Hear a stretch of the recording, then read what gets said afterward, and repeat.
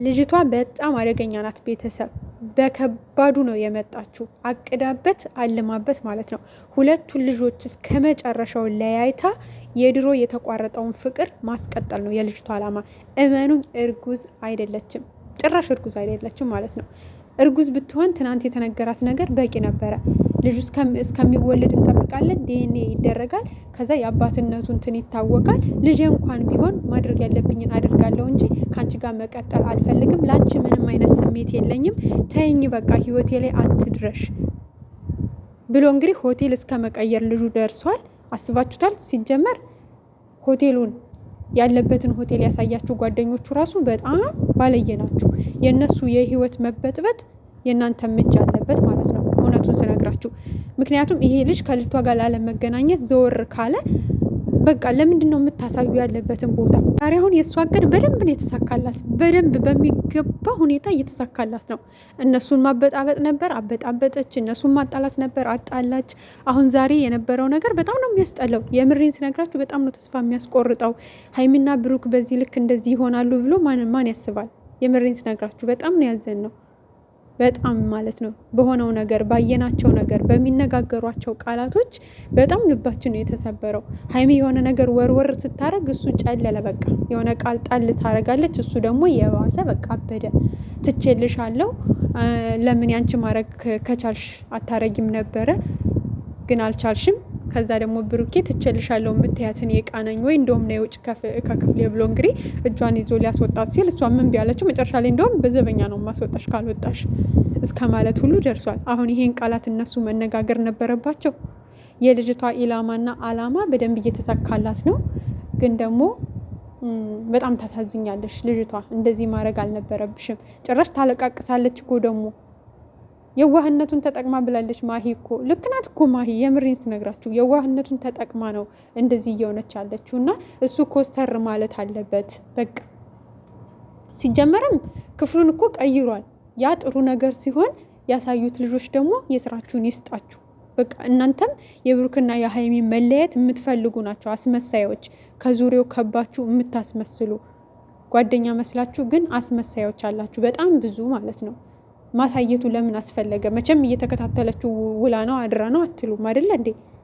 በቃ የለም ምን የለ ወጣ ብሎ የራሱ ሌላ ቦታ ነው እርግጠኛ ነኝ የሚቀይረው። ስለዚህ ይህን ያክል በዚህ ልክ እናንተን ፈልጋችሁታል እንዴ? እነሱን መለያየት እንዴ? የሰው ልጅ በቃ አልፈልግም ብሎ ዘወር ብሎ ብቻውን መሆን ከፈለገ ብቻውን መተው አለባችሁ። ከቻላችሁ ለምን ሀይሚን ብቻ ጠርታችሁ በስነ ስርዓቱ እንዲያወሩ አላረጋችሁም ነበር? ያችኛዋን ጠራችሁ፣ ከዛ ያች ክፍል ውስጥ ተቀምጣ ሀይሚ መታ እንድታይ ተደረገ። ከዛ ብጥብጡ ተነሳ፣ የሚሆን የማይሆን ቃላት ተነጋገሩ። ጭራሽ ውጡልኝ ብሎ እስከ ማስወጣትም ደረሰ ማለት ነው።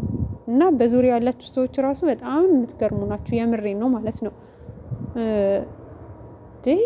ውጭ አውሩ በቃ፣ ወይ ውጭ አውሩ። ልጅቷ ሲጀመር የምትፈታው አይነት አይደለችም። የምሬን ነው የምላችሁ። እና በጣም ያሳዝናል። አሁን የዛሬው ስለ ዛሬው አሁን ምን ብለን እናወራ? ልባችን ተሰብሯል። የምር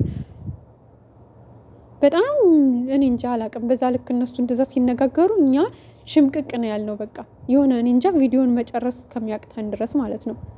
እና ሀይሚዬም እባክሽ ተረጋጊ የኔ እናት እባክሽ። ማለት የሆነ በቃ ታውቂያለሽ የሆነ የምትናገሪያቸው ቃላቶች እሱን በአሁን ሰዓት ስሜታዊ ሊያደርጉት ይችላሉ። ምክንያቱም አንደኛ ከአንቺ ጋር ጥሩ አይደለም፣ ሰላም አይደላችሁም። ሲቀጥል ደግሞ ያለበት ችግር አለ። ይሄ ነገር እስከሚፈታ ጭንቀት ላይ ነው ያለው። በቃ አንቺ ተጎድተሻል። አንዴ ያለው ነገር በቃ እምነትሽ ምንሽ በቃ ብዙ ነገር ተሰምቶሻል። ግን ቢያንስ እንደዚህ ማለት አንዳንድ የምትናገሪያቸውን ነገሮች እስኪ ተረጋጊ ሀይሚዬ። እስኪ ጊዜ ስጭና ጊዜ ይፍታው አይደለ ሁሉም ነገር። እስኪ ብትቺ ከልብሽ ሆነሽ ከሱ ጋር ለመረዳት ሞክሪ፣ አትናገሪ። አሁን እሱን የሚያናድደው ይሄ አንዳንድ የምትናገሪያቸው ቃላቶች ናቸው። በቃ ከልብሽ አይደለሽም፣ እያፌስሽ እየቀለድሽበት ወይም ሙድ እያያሽ ወይ ደግሞ እየተበቀልሽው አይነት ነገር ነው አሁን እሱ እየተሰማው ያለው ማለት ነው። እና በቃ እስኪ ከነሱ ተቆጣቢ ከእንደዚህ አይነት ቃላቶች እና በስነ ስርዓቱ ለማውራት ሞክሩ። አሁን እሱ ያለበት ሁኔታ ጥሩ አይደለም። ገብቶሻል? ያንቺ ጉዳት እንዳለ ሆኖ እሱም ያለበት ሁኔታ ጥሩ አይደለም። እንደሚታየው ነው እኮ ትናንትም ነገር ነው፣ ከትናንትም ልክ አይደለህም የሰራኸው አልነው፣ ከትናንት ወዲያም እንደዛ። ሰሞኑን በሙሉ እሱ እየሰራው ያለው ነገር ልክ አይደለም። ግን ደግሞ ልጁ ከራሱ ጋር አይደለም። በቃ ቢያንስ ከአንቺ ጋር መጣላቱ ራሱ እሱን በጣም በቃ ስሜታዊ አድርጎታል። ገብቶሻል? በቃ ባንቺ የመጣ ነገር ታውቂያለሽ፣ ደካማ ጎኑ ነሽ። በቃ አለ አይደለ? አንቺ ከጎኑ ብትሆኝ በዚህ ልክም ላይሆን ይችላል ብዬ አስብ ነበረ።